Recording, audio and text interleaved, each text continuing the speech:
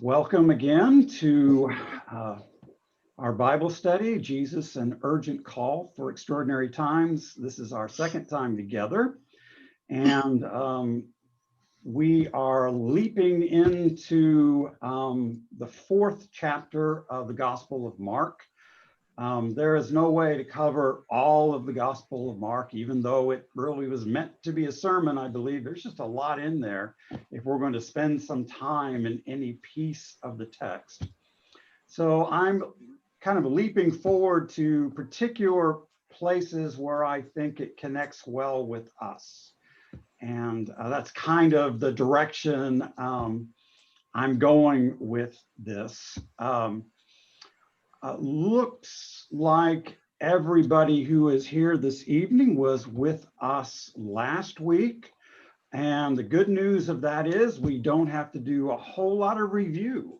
That's just fantastic. We can kind of move forward. You may remember over a couple of things that there were two reasons that I chose the Gospel of Mark as the text that we would explore together at this particular time.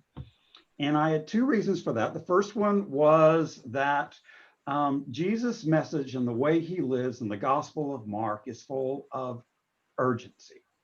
And it is that urgency that compelled me to share it. You know, we had that whole image of the first hearers of the Gospel of Mark underneath in catacombs just outside the city of Rome around 64 of the Common Era. And they are, I just love this particular phraseology, so I'm going to read it again because I really like it.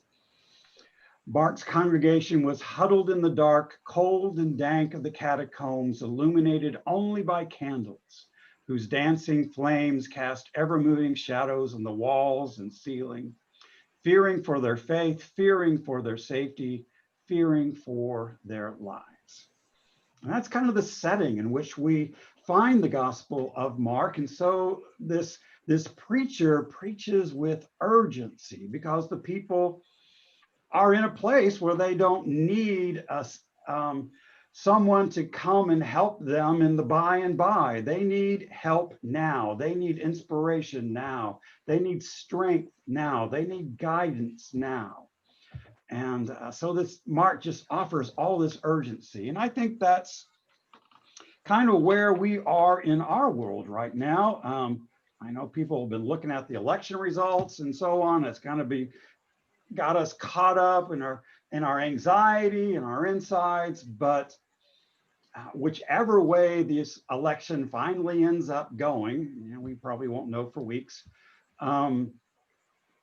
there will still be a sense of urgency in caring for people who are in real need at this particular moment in our history. Between COVID and job insecurity and poverty and hunger and racism, we are at a moment in this country where our awareness has been lifted, and that awareness calls us to action. So there's that urgency there. And I've already moved into the second reason I wanted to do look at the Gospel of Mark. It's because in Mark's Gospel, Jesus is that man of action. He teaches and then acts. He heals and then acts. He speaks and then acts. He tells a story, then acts. He opens up a parable and acts. He reveals something about the very nature of God and then does something to cement what he is saying with power and authority.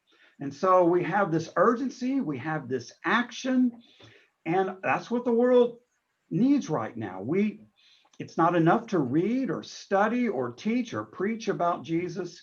As Jesus' disciples, the literal embodiment of Jesus' presence in the world, we must act on it. We must do something, all the while asking God, Jesus, the Spirit, to work alongside us for the good of all of God's beloved children. Well, when we went into the first chapter of Mark last week, I wanted to emphasize two things. Y'all caught all kinds of things, but I'm going to uplift the two things that I really wanted to bring out. The first is, by the end of the first 11 verses of the Gospel of Mark, Mark proclaims who Jesus is and who we are as well. Does anybody remember what Mark proclaims, who he says Jesus is, and in turn, who we are? Keith? The beloved. The beloved. You are my son, the beloved, in whom I delight. And by extension, as when Jesus calls us brothers and sisters and mothers and fathers, we are also part of that family, and it's kind of cemented in the act of baptism so that we too hear that voice from God saying, "You are my beloved daughter or son, in you I delight." And that's just powerful. And that happens in the first 11 verses of the gospel.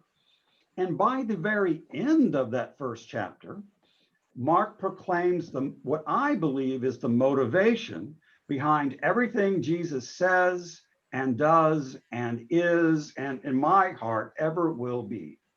Does anybody remember what that motivation for Jesus' ministry was? Compassion. Compassion. Compassion. And we talked about compassion drawing upon the definition that Frank Rogers gives us through the spiritual discipline, the compassion practice, that compassion is being moved in one's depths by the pain or bliss of another, and then responding in ways that intend to ease their suffering and promote their flourishing. We are moved empathically, there's from our very depths, our hearts, and then we act. Again, that rhythm that Mark wants to bring up. You know, if you're going to speak, act. If you're going to feel, act. If you're going to teach, act. There's just this drumbeat of the good news of God and Jesus Christ captured in Mark. So let's dive into Mark chapter 4. This is an unusual chapter in the Gospel of Mark. It is the only extended section in Mark containing the teachings of Jesus. Usually it's a short teaching, then an action, short teaching, then an action. In this one, we have a set of teachings brought together and then an action to kind of seal the deal at the end. And what we find in the gospel, in the 4th chapter, are 4 parables that are offered up for us to consider. We probably got to talk about what a parable is a little bit. Okay, seminary grads, tell me about parables. There's 3 of you in the room. What do you think a parable is? Patrick went to get his notes. That's not fair. Good for you, Patrick. Shelley, do you have anything to give for the idea? Okay, Here's the parable. My recollection without my notes is a parable is it's a story that is meant to that has layers. Oh, I know, I'll use my Worship and Wonder teaching. It's a gift that's been given that when you lift the lid, it might have something that you weren't expecting, that you hadn't ever seen before. That's what we say in Worship and Wonder. That's very well said. Very well said. Yeah. Parables. Anybody else have something they want to say about parables? How they kind of understand them? How they connect with you even? Well, some of them, it's far more clear what the point is and what Jesus is trying to illustrate. And others, there's a real mystery in them. And I like the idea of mystery, because if it was all clear, we'd say, okay, got it, I'm done. But they draw you in. And as you're pondering them, you're with God and hopefully open to God. So that's part of the layers as you're trying to peel them back and see what's there. Mhm. Absolutely. Absolutely. Opening that lid, seeing what's inside. It might be a surprise. And, my New Testament professor and Greek professor, Dr. Baird, used to say, if you think you've figured out the meaning of a parable, then you've missed the point. Parables are just meant to have different levels of meaning, that when we encounter them, a truth about the kingdom of God is revealed. But those truths, like scripture itself, captures us differently at different times in our lives, in different situations that we might be in, at different pathways we might be walking at the time. Parables have a way of speaking to us directly, and sometimes surprising us by what we find in them. And parable is different than an allegory. I want to draw that difference. An allegory is a one-to-one correspondence. So in this allegory, the bear represents God, and the lion is Jesus, and the duck is you. That's an allegory. It's a one-to-one correspondence. In a parable, very often, as you're following along in the story, you may have identified with a particular character in the parable, or a particular part of the parable, and then Jesus flips it on you toward the end. He's like, oh no, I wasn't that part at all. First of all, because you don't want to be that part anymore. Secondly, because you go, oh, is that really where I am? For me, one of the most powerful experiences of that for me is the parable of the Good Samaritan, which is offered up when Jesus is asked, who is my neighbor? And in the end, the Samaritan is the neighbor because he showed mercy. He showed compassion. So kind of the draw is we want to be the Samaritan. We want to not be the priest. We want to not be the Levite.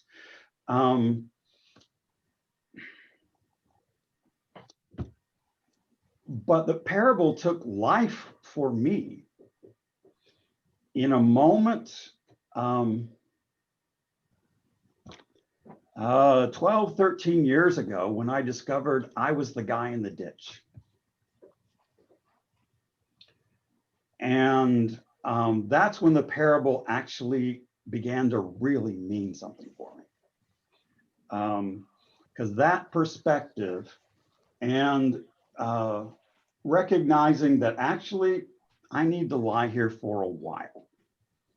And it's maybe a good idea that the priest went by. Maybe it's a good idea that the Levite went by. Because I needed to be there for a while and become aware of my woundedness. So parables have these layers in them. They speak truth, but sometimes the truth they speak will be different from person to person.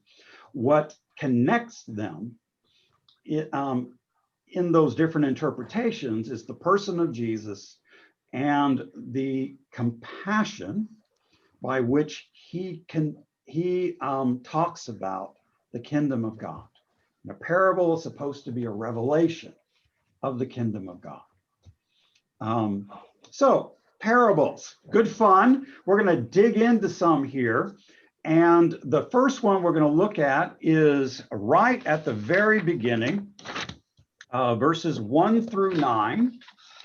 Do we have anybody who would like to read Mark 1 through 9, this first parable? Well, actually, let me read. Boy, I need glasses really badly. No, so someone take 1 through 9. Okay, I'll go ahead. Great, thank you, Patrick. So Mark 4, 1 through 9. Again, he began to teach beside the sea. Such a very large crowd gathered around him that he got into a boat on the sea and sat there, while the crowd was beside the sea on the land. He began to teach them many things in parables, and in his teaching he said to them, "Listen, a sower went out to sow, and as he sowed, some seed fell on the path, and the birds came and ate it up. Other seed fell on rocky ground where it did not have much soil, and it sprang up quickly, since it had no depth of soil. And when the sun rose, it was scorched, and since it had no root, it withered away. Other seed fell among thorns, and the thorns grew up and choked it, and it yielded no grain. Other seed fell into good soil and brought forth grain, growing up and increasing and yielding 30 and 60 and 100-fold. And he said, let anyone with ears to hear listen." Okay, this is a parable we've run into before. If you've been hanging out in church at all, this parable of the sower. And I want to give a little background that may be helpful as we go into this parable, because we need to again remember the setting. We are in the catacombs, which are just outside the city of Rome. These are underground passages where the beloved dead of the faith are being buried in niches in the walls. And it's also become the place where the people are worshiping because the Romans won't go there. There's safety for them in that place to be. But it's helpful to know a little bit that about agriculture in Rome. Okay, now I'm way out in left field. Here we go. See, Rome primarily had landowners, and some of them were farmers, and then there were the slaves and the workers. That was about it. There were soldiers as well who came and went and came and went, but mostly the soldiers of the empire were out in the edges of the empire, maintaining the peace, that Pax Romana. Let me give you a couple of quotes. I just love these. Cicero from the 1st century. Widely considered one of Rome's greatest orators and writers. He says, of all the occupations by which gain is secured, none is better than agriculture. None more profitable, none more delightful, none more becoming to a free man. You need to understand how highly praised farmers were. People working in agriculture, they were heroes in many ways. Cato in the 2nd century, Varro in the 1st century, that's a name I don't even know, Columella, I got to look that one up later. The 1st century, these 3 well-known philosophers in the Roman Empire write handbooks on farming practices in Rome. Philosophy? Philosophers, these are the top philosophers of the age, and they're writing handbooks on farming practices. So do you think is this to imply that there's some sort of relationship between thought and growing, production of food? Yeah, there's an interesting thought. Very interesting thought. How does the image of planting and growing fit into philosophy? And does that impact the Gospel of Mark? Because it's written in this moment and in this setting. Right. We don't think of farming like that at all. At least I don't. Even though I grew up in Indiana, I don't think of it as a philosophy. But there is the whole farmer's almanac concept, right? Isn't there Mhm. some sort of, theories and expected sort of wisdom that comes Mhm. from following the ways of the earth, the And I would say weather? like Taoism probably has a lot. I mean, it's very Okay. philosophical and it's very much about the way of nature and to go with the flow and to learn from the flow and to, other people will talk about, what's it called? I remember Clayton for the ecological civilization class, and it was biomimicry. And so they're talking about looking at nature in order and trying to figure out how to like build our communities and stuff like that. Oh, cool. Cool, Patrick. Thank you. Very, very cool. This, we don't think about it this way. The only person within American history that, well, maybe two, Jefferson a little bit, but, maybe Ben Franklin also had this connection to that growing and the seasons are connected to philosophy and truth. But on the whole, we've kind of lost that. We leave it to the poets, but it isn't really at the heart of how we see the world now. We're all about technology. We're all about business. We're all about cities. We're all about grocery stores, but Well, not and the places where the food is grown. or I think of farming as very scientific. I think of it as a process. I Mhm. think of it as, you have to be good at it. It's definitely business, and there's some math involved and there's some science involved, but I don't think about philosophy. Mhm. But I guess math and science are philosophy. Ah, I'm revealing my weaknesses here. I think mathematicians and scientists would say that is true. We're in a place in the world where there is this huge city that must be fed. In addition, there's a massive army that must be fed. In order to keep the people of Rome fed and in order to keep the supplies going to the front, a great deal of food had to be grown, and much of it was grown around Rome. And it was an unsophisticated work. The truth is that Israel-Palestine had a more advanced plow than the Romans did. I mean, it was just really, it was labor intensive. It was on the backs of slaves and the poor. But it is the primary trade in Rome and the surrounding the city is agriculture.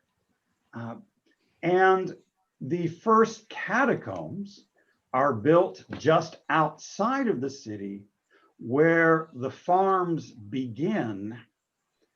And it's very likely that Christians, our first Christians, could have been among the poor and the slaves who did the labor of producing the grain, the fruit, and in their fields, under their fields, they dug the catacombs.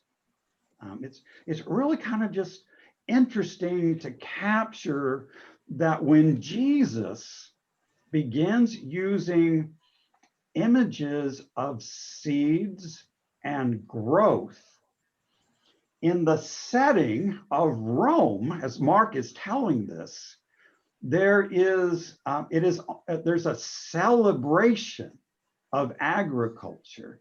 And in addition, in Greek philosophy, the sower has long been understood as a symbol for a teacher.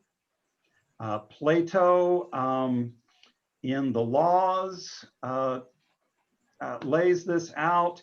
The seed, according to philosophers, is the grain of knowledge, and the soil is the student.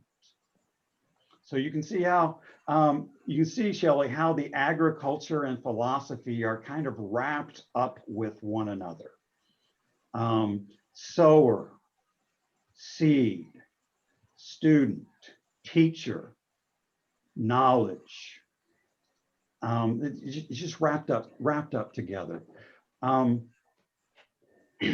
Jesus begins this parable with this in verse, I'm going to go back and forth with my glasses, which I just hate. Verse 3 begins with just listen. Jesus is the one with authority. Jesus is the one with the urgent call. Jesus is the one who doesn't have time for y'all to gather around on your own schedule. Listen. And he begins to tell this story about a sower who goes and sows some seed. And some of it falls upon the path. What happens to that seed? Go ahead and unmute yourself. Let's have a conversation. What happens to that seed that falls upon the path?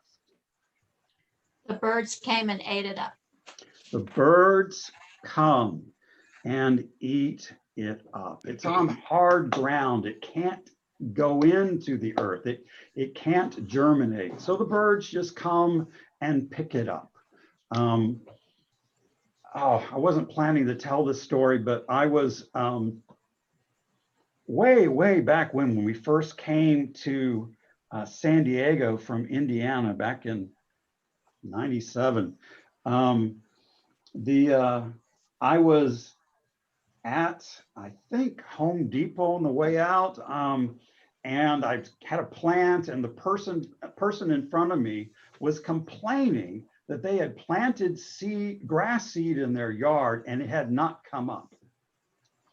And the person there to help him, behind the counter said, "Did you work up the soil first to break the hard?" And that person said, "Well, no, I didn't." And the person behind the counter said, "Well, I'm sure that the birds really enjoyed your seed." Just the reality of, what it is to plant seed in, certain parts of San Diego with that hard sandstone. If you haven't worked it, if you haven't brought some other nutrients and some peats and, and work it in there, it just can't grow things. It's just this hard soil. And it said other seed fell upon rocky ground where it did not have much soil. And what happens to it? Take root. It's right. It's right. It springs up quickly, but since it has no depth of soil, when the sun rises, it's scorched, and since it has no root, it withers away. Now, if the preacher of Mark is talking to farm laborers, they may be laughing at the point where some of the soil fell on the hard ground, and they're going, "Yeah, that's not going anywhere." And well, some of the seed fell amongst the rocky ground, and that ain't gonna work either. And then other seed fell among the thorns. What happens among the thorns? Debbie Bishop strangles Amy in Godspell. That's all I have in my mind whenever I read this is Debbie Bishop. This is a children's play from forever ago. Yeah. Where they did this parable, And I guess Amy was the plant coming up quickly, and Debbie Bishop was the thorns, which choked her out. And that's amazing that that's in your mind still. That, Oh, yeah. Lord, that was 20 years ago, my Lord. So it's choked out, and then other seed falls into good soil. Well, don't leave that, because this Okay. is the seed that I relate to, right? We were talking earlier about where we see ourselves, right? And what we have here, you know, the last seed got trouble or persecution comes along, but this seed, hear the word, but the worries of this life, the worries of this life, the deceitfulness of wealth, and the desires for other things. I mean, that speaks to me in my life in the 21st century in Southern California. And what Keith has done is that he's jumped forward a little bit. Oh, sorry. And that's okay, because you're going exactly where I want to go, Keith. Let's get the good soil just kind of laid out first. Okay. Some falls into the good soil. It brings forth grain, growing up and increasing and yielding 30 and 60 and 100-fold. Let anyone who has ears to hear listen. Again, listen. Now, my question at this point, even before we go forward, do you connect? Does any of this soil kind of sound like you?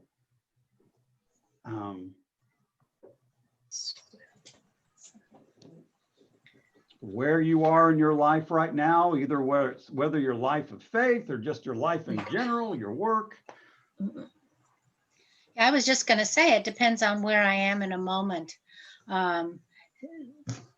You know, when trauma happens, you are probably, I don't know what you would become, but the thorns are taking you down. But when things are going well and you're going to church regularly, when you're open, then you are more the good soil. So a lot of it is that, I think. Absolutely. Absolutely. Are there other ways that you connect with these different soils? Any of these soils speak to you?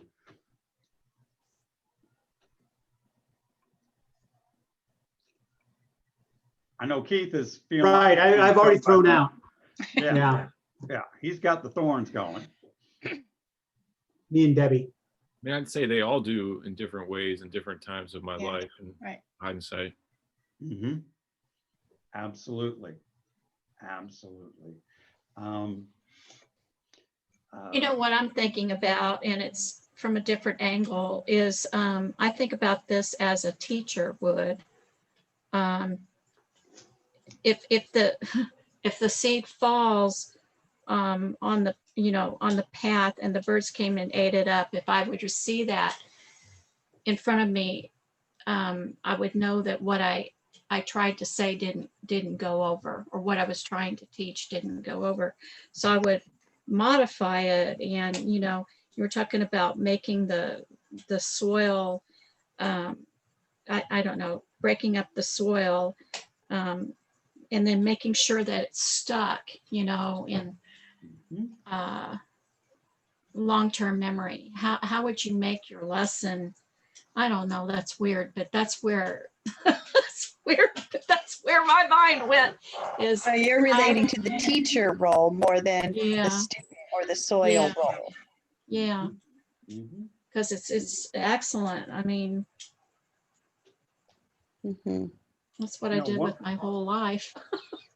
It would be interesting. We're not going to spend the time on it this evening, but it would be interesting to go back and consider the teachers that have had most influence in our lives, and consider the question, is it because of what they taught, or is it because of how they worked the soil within us? That would be a wonderful exploration. Yeah. Now, the next few verses beyond this is this explanation of the purpose of parables, and we're going to delightfully pass right over it. And Dale, can I just say real quickly, sure. I was kind of waiting to see if it was going to fit in. I was at a retreat, a women's retreat, and this parable was the focus for the retreat. And we were asked to go out at one point and consider who we are in it. Mhm. And everything about it. How does it speak to us? What I really came out was, I don't know, half hour or something like that. What I came out is that I feel called to be a tiller of soil, to help the seed to be able to go in, which the teaching role comes to mind there. But it was here's a really bizarre thing about it. My high school mascot, we were the Tustin Tillers. So I have been a tiller. I have been a tiller since high school, but I had to throw that in. So Keith, when you have your things that you remember in certain ways, but no, that's that it seemed that like in Home Depot, that person, you didn't stir the soil up. So that Home Depot person is kind of helping a person be a tiller anyway. So I just thought that's how this really struck me. Absolutely. Thank you for sharing. Thank you for sharing. We are going to pass over verses 10 through 12, this explanation about the purpose of parables. The reason is, if you read the scholarship on what this means, scholars really, really, really disagree on these particular couple of verses.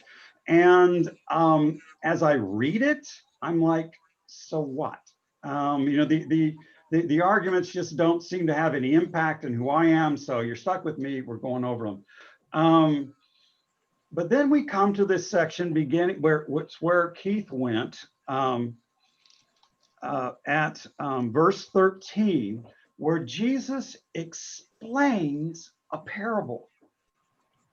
Now, we need to recognize how radically rare this is within the corpus of the Gospels. Jesus never explains parables except here.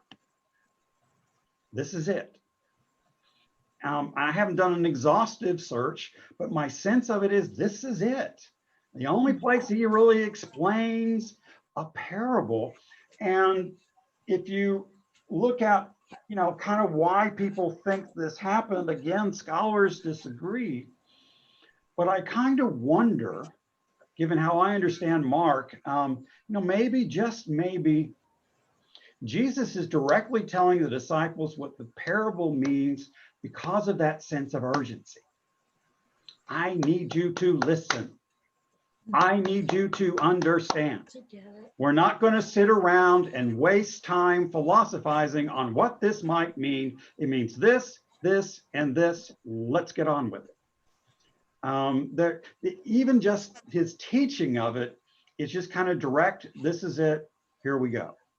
And then there are 3 more parables that come right after it, to which Jesus doesn't explain, but quite honestly, they're so blasted simple, even the disciples could probably understand them. So Jesus offers this up and he gives this interpretation. It's rare, but there it is. And he offers up that the hard path is the adversary, Satan. And the rocky soil are those who are just so happy. They're filled with joy when they come to Jesus, and they do for a while, but then the trouble comes and the persecution, and this is too much work, and they fall away. And then there's some who are sown among the thorns. He talks about these are the cares of the world, the lure of wealth, the desire for other things that come and choke out the seed that has been planted, the word of God, and nothing is yielded. And then there is that good soil, those who hear the word and accept it. hear it, accept it, let it be planted in them. And it grows 30 and 60 and 100-fold. Now, that explanation I struggle with, because I think it's a good explanation for the disciples in that particular moment in time. But for Nancy's retreat, it kind of shuts down the possibilities, the imagination, the engagement of the truth underneath the truth that parables just have. Probably, my sense is because of urgency, or maybe this message: listen, I'm giving you good seed. What kind of soil are you going to be? You're not going to get better seed. This is it right here. Are you good soil? If not, will you let me tell you for a while? Nancy, does that kind of make sense? Let's take a minute and kind of unpack that, because I know that Keith got captured into those cares of the world and money that draw us away. Keith, what did you want to say about that? Because I know I cut you off some. Just that when I read parables, I look for where I see myself in it. And yes, as we've all said, there are different things at different times, but I generally gravitate to one interpretation towards me 80 to 90% of the time. And you know, that's just the one there that, you know, in Southern California, this is the state in my life, this is the state of affairs.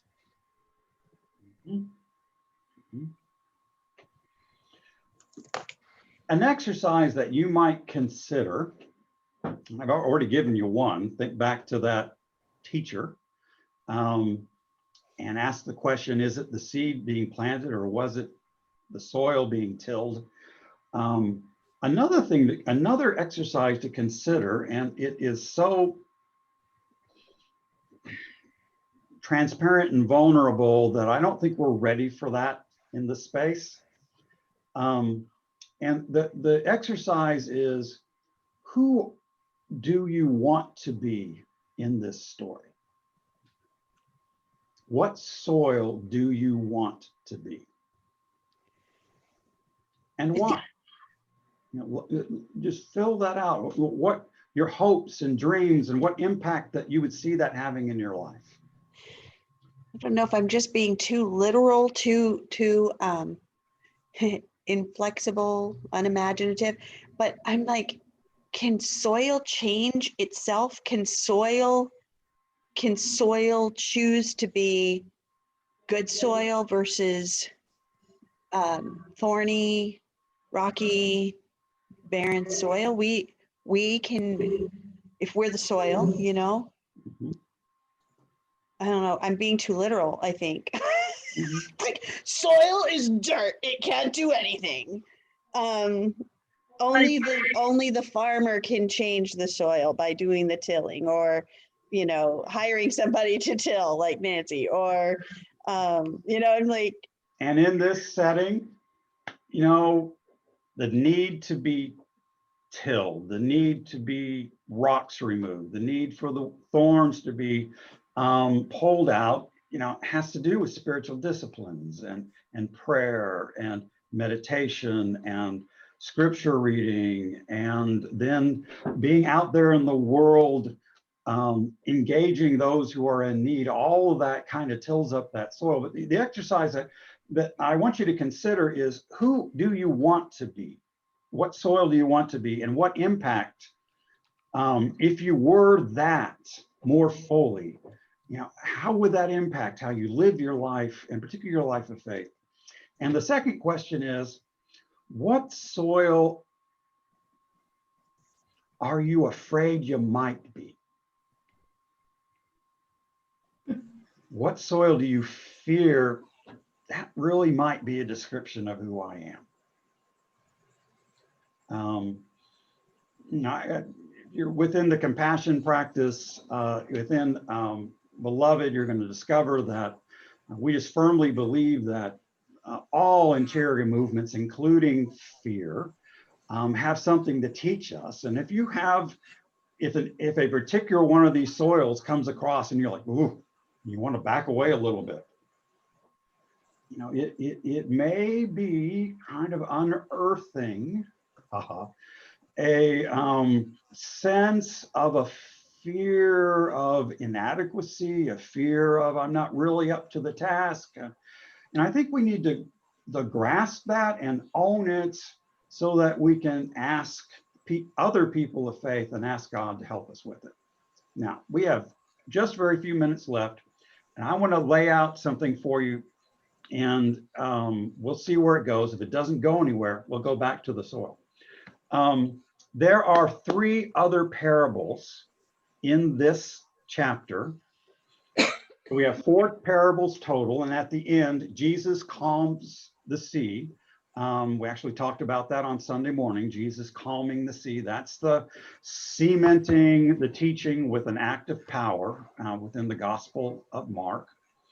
Well, these 3 parables are about placing a lamp under a bushel, a growing seed, and a mustard seed. Notice anything interesting? Well, everything is still agricultural, bushel being a implementation. A So it's still bushel seed, basket. seed, Who would need a bushel basket? a sower. Yeah. And a growing seed, a mustard seed. These continue to be these agricultural images.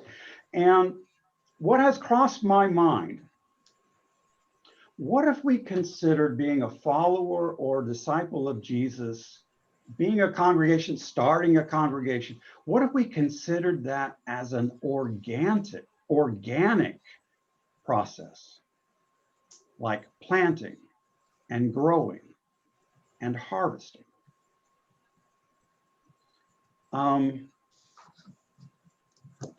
What would that tell us about what it is to be a follower of Jesus, to be one of the children of God, if our life of faith is really an organic process? Any thoughts?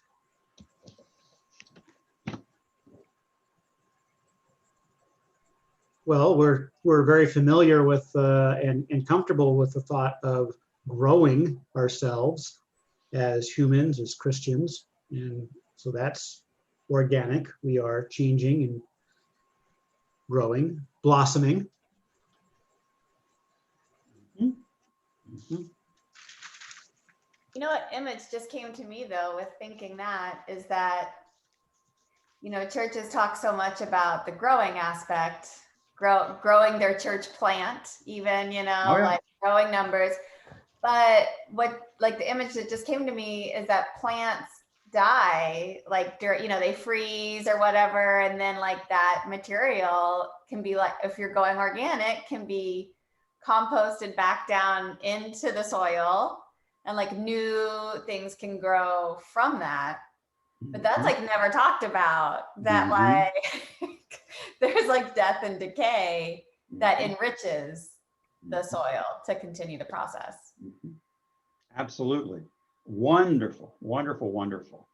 This continuing process, this continual transformation in the process of being planted and growing and bearing fruit and harvesting and dying in winter and composting and regrow, all that, this constant transformation going on. What does that tell us about our faith? What does it tell us about the church? Well, we've got a dedicated parable to that, with the cut down the unfruitful fig tree and the gardener saying, no, give me another year. Yeah. Now, give me one more year. Dug around it, put in manure, The next year it bore fruit. Mhm. These agricultural images are, just right into the gospel. And I'm not really sure if we've kind of wrapped our head around and grasped the number of agricultural images that are in the New Testament. And part of what it tells me as a pastor is that faith is not about accepting Jesus as your Savior, saying the Jesus prayer, I'm saved, here we go. Thank you very much, I'm done. It's not about, here's the list of beliefs that you need to hold on to in order to be inside the faith as opposed to outside the faith. There's these strict barriers. If you're not doing your church plant the way church plants are supposed to be done, then you're really not doing a church plant. This sense that there is a static picture of what a faithful person should be, or a static picture of what a congregation should be, a static picture of what an outreach ministry should be, as opposed to this kind of organic process where you kind of just have to trust the growth sometime and let it go where it will go. Sometimes it seems to me we're in this lifelong process of growing in our faith, and it continues to progress. It continues to grow. And, sometimes we get to bear fruit. It takes time to bear fruit. You plant a peach seed, you're not going to see fruit for a long time. And it just has to grow and grow and grow. And finally, it's bearing fruit. And sometimes we feel like we're really bearing fruit, and it's like our whole selves are harvested. and we're kind of eaten up, and the seed that we're taken for seed, it's planted, and we start the whole thing over again, someplace else for some other purpose, again and again, planted, sprouting, bearing fruit, harvesting, dying, composting, raising. I think there's power there. Nancy. I'm reminded of being in Palestine, where life's pretty rough there, gets worse and worse. And Mitri Raheb said, hope is knowing that tomorrow will be no better than today and planting the olive tree anyway. It takes 30 years for an olive tree to bear fruit. And so there's hope, there's faith in the planting and all of that. And growth does happen. So just wanted to throw that one in too. Are there any biologists amongst us? Somebody who studied a lot of biology? I did, but it was microbiology. I know viruses, so I can talk about the pandemic, but I don't think we want to. I don't want to talk to you right now. Okay, goodbye. But from my memory of biology, which I took a long time ago, as much as we can describe what happens when a seed is planted and then it opens and bursts forth with growth, we can describe what happens. The scientists have no idea how that happens. There's this element of mystery. Explain a tree. One of my favorite lines, I don't know if I can think of it, is from a Carrie Newcomer song, and she says, a seed is, let me think of it, but it's just the way she says it, that it's like Yes, we all know that, but it's so poetic that a tree is what a seed contains. That's what she says. A tree is what a seed contains. It's like, it's a, that's a big idea in this little tiny thing. Mhm. Mhm. Like the what's his name? Guy who sings Mellow Yellow, and he says a caterpillar sheds its skin to find the butterfly within. Donovan, right? That's Donovan. Yeah. Yeah. Mhm. I'm kind of hearing that we could plant a seed and it fall into the thorns, and we don't realize that it's taking shape, and we might not even see the fruit. It might be beyond our lifetime. I mean, I don't know. The way things are now, Mhm. I'm just thinking about 2020 and some of the thoughts that I have about the way things are now, society, etc. I'm not, things are so messed up, it seems like, that you would try to plant a seed, but you might not see the fruit of your labor. It kind of worries me. What Keith was saying, I understand what he was saying, but the first thing that came to mind when Keith talked about the thorns, and I appreciate the fact that that was a personal comment. I do, but I thought, but you don't know. You don't really know. You may have borne more fruit than you thought. Mhm. You know, I don't know. There's something in trusting that we have good seed. And we're trying to be the best soil we can be. I think it's important that we join Nancy's high school glee club and work on tilling the soil of the people around us so that they can receive the seed and grow. But you never quite know what's going to happen when you plant good seed.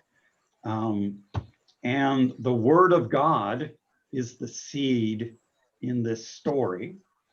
Mark doesn't do this particularly, but the Gospel of John kind of captures that the word is the person of Jesus.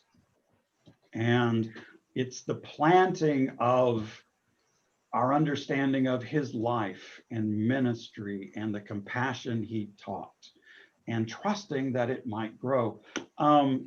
Torrey pines trees. Not everybody knows what a Torrey pines is.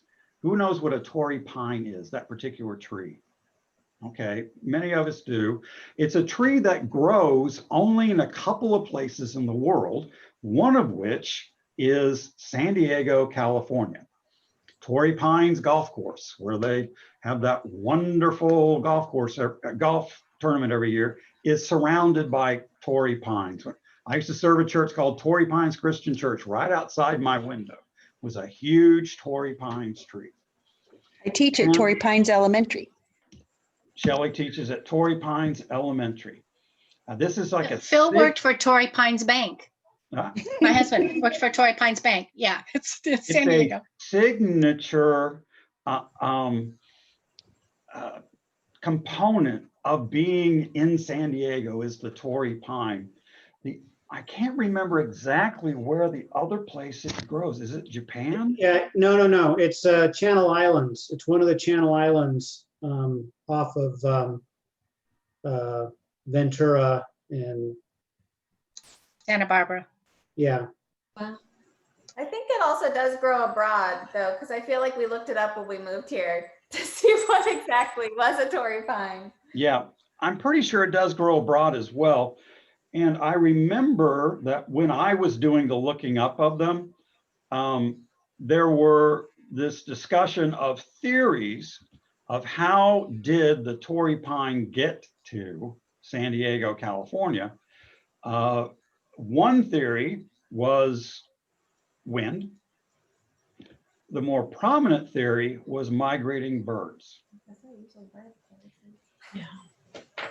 And the seed fell upon the hard soil, and the birds came and ate it, and maybe carried it and planted it. I keep trying to wrap my head around and help other people wrap their head around that. Sometimes the seed we plant, the compassion we invest, the good work we invest in somebody is not received. It's like it's hard soil. But in some weird way, it impacts somebody they know or a person they know who they know. It's like there's these circles of influence that we don't see happening. You know, we thought the bird just ate it, it was gone, but there it's planted over there. And I think there's a trust factor that comes with being a follower of Jesus, a follower of God, to trust that what we plant, even if it looks like it's on hard soil, even if it looks like it's on you know, the path, the rocky ground, the thorns, gotta trust that the seed will endure. It's good seed after all. It's good seed. I got seed coming out of these pyramids. It's been buried down with the pharaohs there for centuries. You plant it, it'll grow.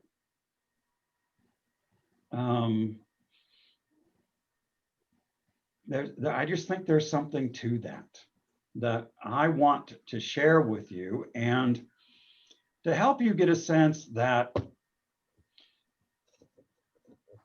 your own growth might take some time,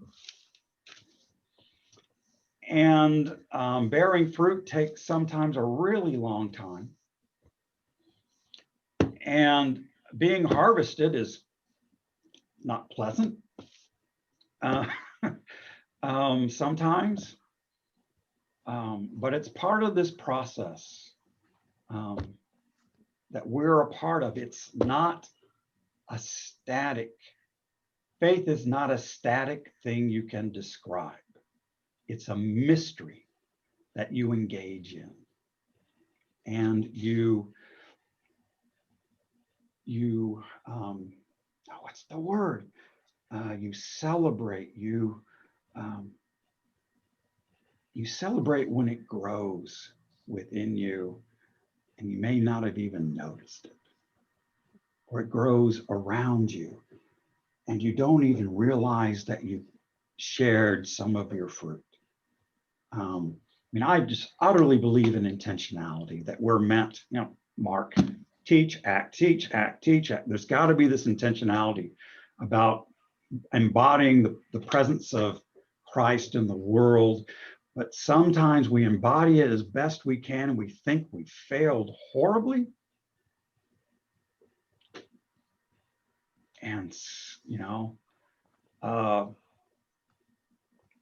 I don't feel like I failed horribly, but 3 of us in this picture used to be a part of a little church in Lebanon, Indiana called Central Christian Church. My first pastorate, we had all kinds of fun there. I made all kinds of mistakes. I remember Earl Weber pulling me aside once, this old farmer, he's a wonderful guy, farmer. I'd been talking with him about the physical plant needs of the building, and let's do this, and we do this. And he just kind of patted me on the shoulder and said, you know, Dale, this is a great list. I just hope you know we're only going to do 1 or 2 of them this year. So it's kind of like, come back, you know, come back and you plant the seed, good, but it's not going to. And I left Lebanon, Indiana to come here to California. And I hear echoes of things from Indiana of they're doing something, and I'm kind of like, well, didn't we talk about that 5 years ago. And, you just never know what you plant that'll just, one of the fun things about a pastor is planting a seed. And when somebody else brings it up as an idea, you celebrate it, that it's their idea. It's just kind of cool. Go for it. The seed is growing. It's part of what it is to be a person of faith. And that little church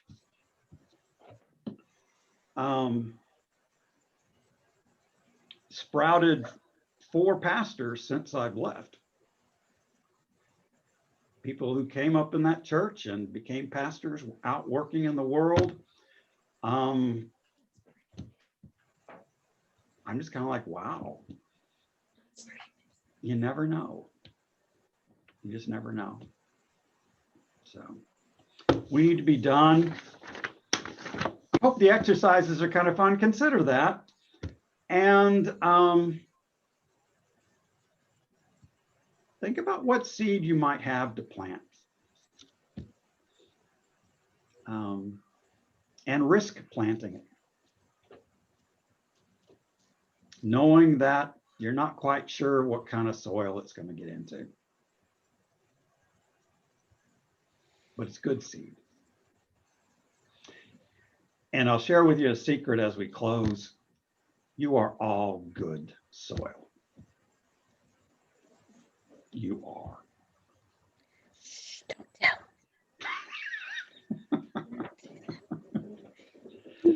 That's scriptural. That's scriptural, I think, in Mark. Jesus says, shh, don't tell. So we don't have to tell. It's our secret. Thank you. I gotta head out. Thanks, Patrick. Bye. Hey, guys. Good night, Patrick. Bye. Thanks, everybody. It was an interesting Thanks. conversation. Thank you all Yeah. for being here. Really appreciate it. Thank you, Dale, for leading us. Thanks, Gail. So Appreciate we it. will, Thanks, Shelley. goodbye. Thanks, everybody. I think we're leaping forward to Mark 6 next time. So Mark There we 6. go. Okay. I'm sure we're going past walking on water. to Good what week. the next one is. We're not going to walk on water? Oh my gosh. We're just I did skipping all that the good last week. stuff. Brad. The last comment, I did that last week. Is he Texan or what? He is Texan.